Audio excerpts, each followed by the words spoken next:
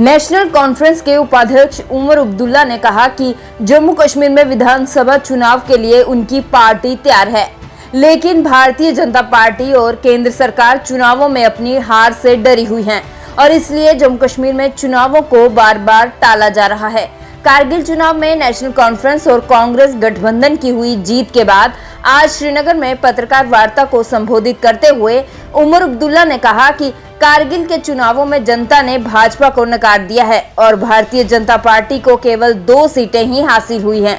प्रदेश के चुनाव में हो रही देरी को लेकर उमर अब्दुल्ला ने कहा कि मुझे गिला भाजपा से नहीं, चुनाव आयोग से है, क्योंकि भाजपा सियासी दल है, वो अपना फायदा नुकसान देखेगी।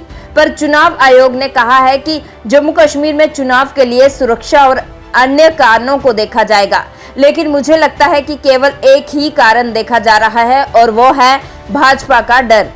इंडिया गठबंधन में सीट शेयरिंग पर पूछे एक सवाल पर नेशनल कॉन्फ्रेंस के उपाध्यक्ष उमर अब्दुल्ला ने कहा कि अभी तक इंडिया गठबंधन में सीट शेयरिंग पर कोई बात नहीं हुई है और उन्हें इस बात का दुख है कि अभी तक इस पर कोई चर्चा नहीं हुई है। उमर अब्दुल्ला ने कहा कि देश भर में भाजपा को रोकने के लिए इंडिया गठबंधन में सीट शेयरिंग पर जल्द बात होनी चाहिए। 2019 अगस्त 5 के बाद पूरे मुल्क को, न सिर्फ मुल्क को बल्कि दुनिया भर में बीजेपी ने यह फैलाने की कोशिश की कि जम्मू कश्मीर का बंटवारा, बिलखसूस लद्दाख को जम्मू कश्मीर से अलग करना, ये लद्दाख के लोगों की दिल की तमन्ना थी, उनकी ख्वाहिश थी और उस ख्वाहिश को पूरी की गई। आज ये साबित हुआ कि जम्मू कश्मीर को उसका बाइफरकेशन करना, लद्दाख को जम्मू कश्मीर से अलग करना,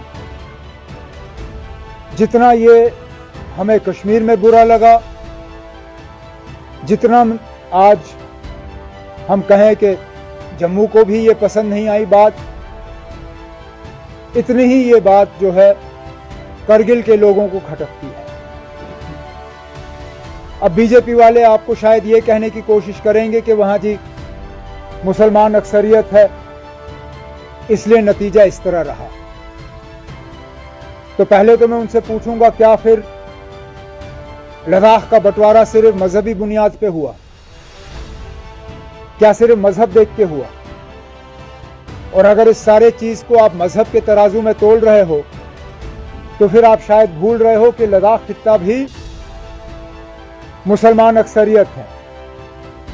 बेशक वहां बौद्धों की आबादी जो है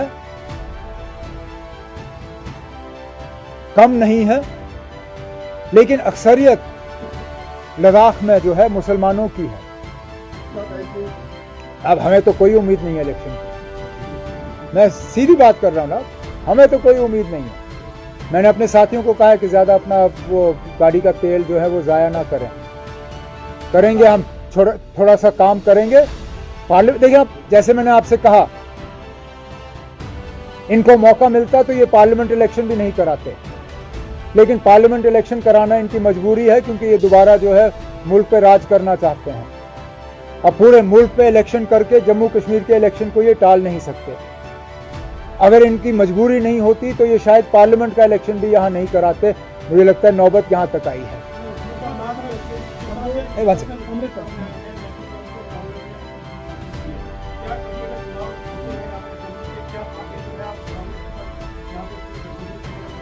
देखना, फिलहाल तो इंडिया अलायंस में जहां तक मुझे मालूम है सीट शेयरिंग की कोई बात शुरू नहीं हुई है।